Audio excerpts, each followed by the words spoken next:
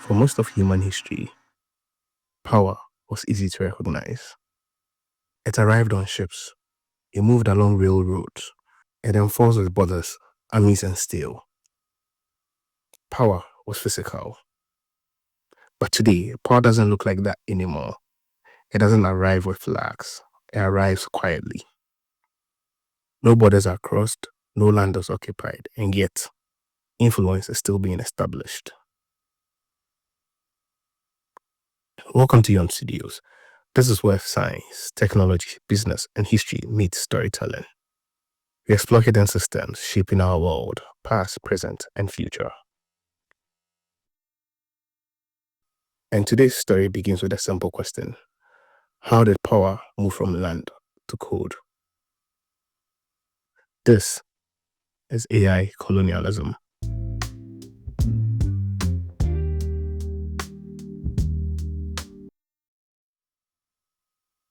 When we hear the word colonialism, we often imagine the past.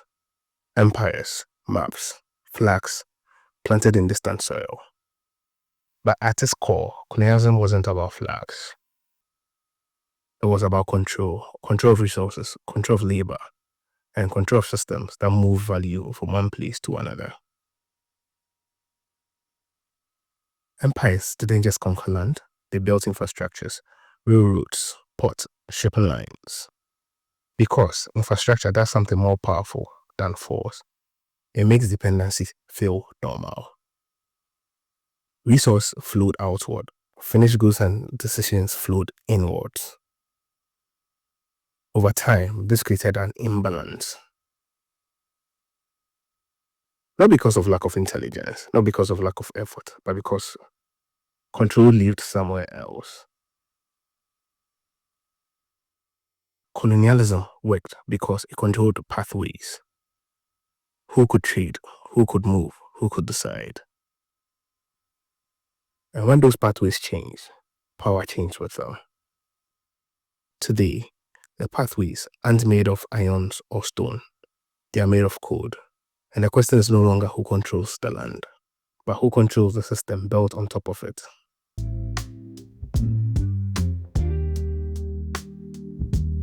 Every era has an infrastructure that defines power. In the industrial age, it was factories. In the colonial age, it was railroads and ports. Today, it is digital. Modern power rests on three foundations: data, compute, and scale. Miss one and the system doesn't work. Every search, every message, every interaction, they leave traces. Individually, they seem insignificant, but together, they become something valuable. Training data. But data alone isn't power. It has to be processed. That processing happens in a small number of places. Facilities that consume enormous amount of energy and require massive capital to build. This is where compute concentrates.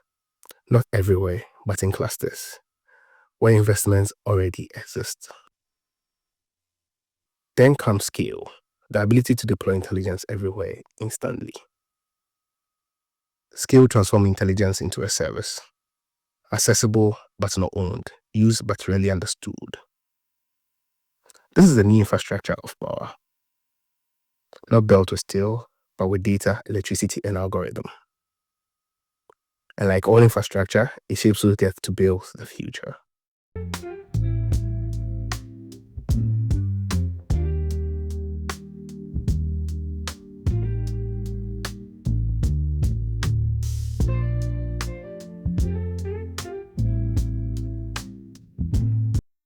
AI colonialism doesn't begin with intention, it begins with architecture.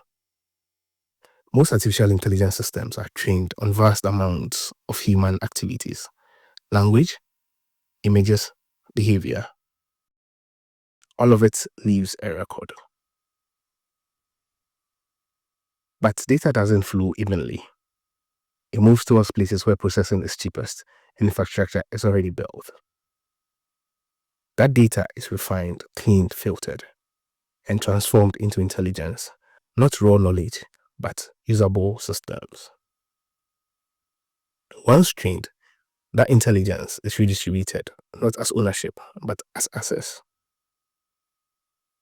Who can use it, integrate it, build upon it, but rarely control it. This lowers barriers to entry. It enables innovation and it accelerates progress, but it also creates dependence. Because when intelligence lives upstream, decisions follow it.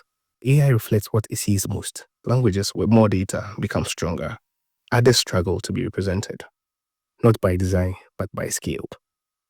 Over time, output begins to converge, styles normalize, perspectives narrow. Value flows towards the center, usage spreads outwards. This is the pattern. AI colonialism isn't about control through force, it's about influence through infrastructure. And once infrastructure is in place, it is very difficult to replace.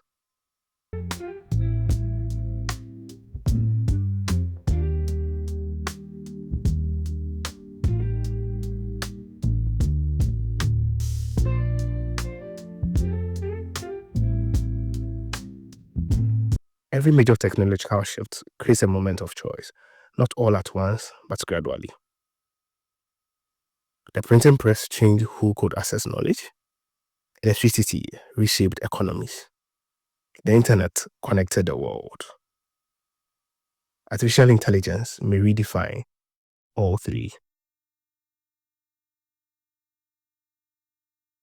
The question isn't whether AI will spread.